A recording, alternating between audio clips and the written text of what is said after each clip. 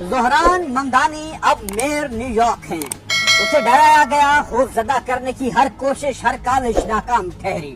ممدانی نے ٹرمپ کو ناکو چنے چبوائے، ایلون مسک کی خواہشات کا جنازہ نکالا، ارب پتیوں کے ہاتھ خالی کر دیے، نفرت سے بھرے یہودیوں کو شکست فاش دی.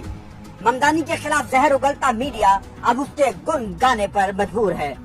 زہران ممدانی نے اسلاموفوبیا کو بیچ چوراہے رسوا کر دیا، نفرتوں کے درمیان محبت کا پرچم لہرا دیا. اس سے خائف سبھی دھول چاٹنے پر مجبور ہو گئے. مگر سوال یہ ہے، اس نے یہ سب کیا کیسے؟ یہ ساری کہانی، یہ سارا قصہ آپ کو سنائیں گے. After all, the conventional wisdom would tell you that I am far from the perfect candidate. I am young, despite my best effort. Elon Musk نے اسے ہرانے کے لیے پیسہ لگایا. انتخابی نتائج نے مگر ان کے سارے منصوبوں کو خاک میں ملا دیا. غیر سرکاری نتائج کے مطابق زہران ممدانی نے 50% سے زائد ووٹ حاصل کیے. ان کے قریب ترین حریف سابق governor new York Andrew comma 41% ووٹوں کے ساتھ دوسرے نمبر پر رہے. ٹرمپ کی ریپبلکن پارٹی کے امیدوار کٹ سلوا تیسرے نمبر پر رہے. 2001 کے بعد اس الیکشن میں سب سے زیادہ ٹرن آؤٹ ریکارڈ کیا گیا. 34 سالہ زہران ممدانی معروف بھارتی فلم پروڈیوسر اور ڈائریکٹر میرا نائر کے صاحبزادے ہیں.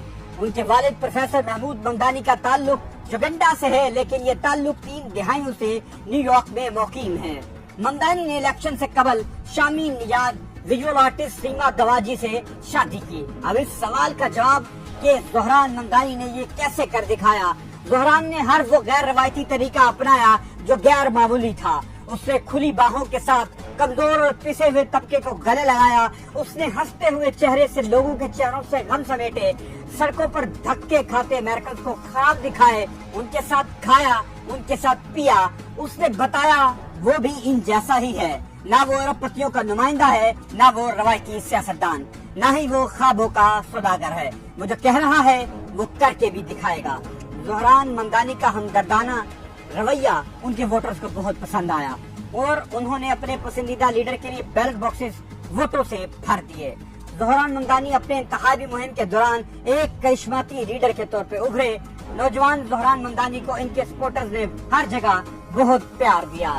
بچوں، بزرگوں، نوجوان لڑکے لڑکیوں اور خواتین کے لیے زہران ممدانی سپر سٹار ہیں، جن کے ساتھ تصاویر اور سیلفیز بنوانا اور اپنے سوشل میڈیا اکاؤنٹس کے ڈی پی بنانا وہ اپنے لیے اعزاز سمجھتے ہیں. زہران ممدانی ایسے ہی منہ اٹھا کر میئر نہیں بن گئے. ان کا سفر انتہائی کٹھن رہا. زہران کی انتخابی مہم کانٹوں بھری سیج تھی. جہاں ہر قدم پر انہیں مذاق کا نشانہ بنایا گیا، اس کی توہین کرنے کی کوشش کی گئی. تعصب زدہ سفید فاموں نے، نفرت میں لتھے یہودیوں نے ممدانی کو اپنا دشمن قرار دیا. لوگوں سے کہا اسے ووٹ نہ دینا، یہ نیو یارک میں اسلامی شریعت نافذ کر دے گا، خلافت قائم کر دے گا، عورتوں کو زبردستی حجاب پہنا دے گا، نیو یارک کے شہریوں سے شخصی آزادیاں چھین لے گا، انسانی حقوق خواب بن جائیں گے، لوگ پابندیوں میں جکڑے جائیں گے. لیکن روایتی سیاست، سرخ فیتے، سرمایہ دارانہ نظام یعنی باپ بڑا نہ بھیا، سب سے بڑا روپیہ پر مبنی نظام سے تنگ ووٹرز نے ممدانی کے مخالفین کی ایک نہ سنی. زہران ممدانی کو غزہ میں جاری نسل کشی کے خلاف آواز اٹھانے پر اسرائیل اور یہود مخالف کہا گیا. اخبار نیو یارک پوسٹ نے ممدانی کو حماس کا تباہی پھیلانے والا ہتھیار قرار دیا. ان پر صدر ٹرمپ نے ذاتی حملے کیے، حتیٰ کہ انتخابات کے روز بھی ووٹر سے ممدانی کو ووٹ نہ دینے کی اپیل کی. ٹرمپ نے کہا کہ ممدانی کمیونسٹ ہے، اگر ایک کمیونسٹ نیو یارک چلائے گا تو وہ سارا پیسہ ضائع ہوگا جو وہاں بھیجا جائے گا.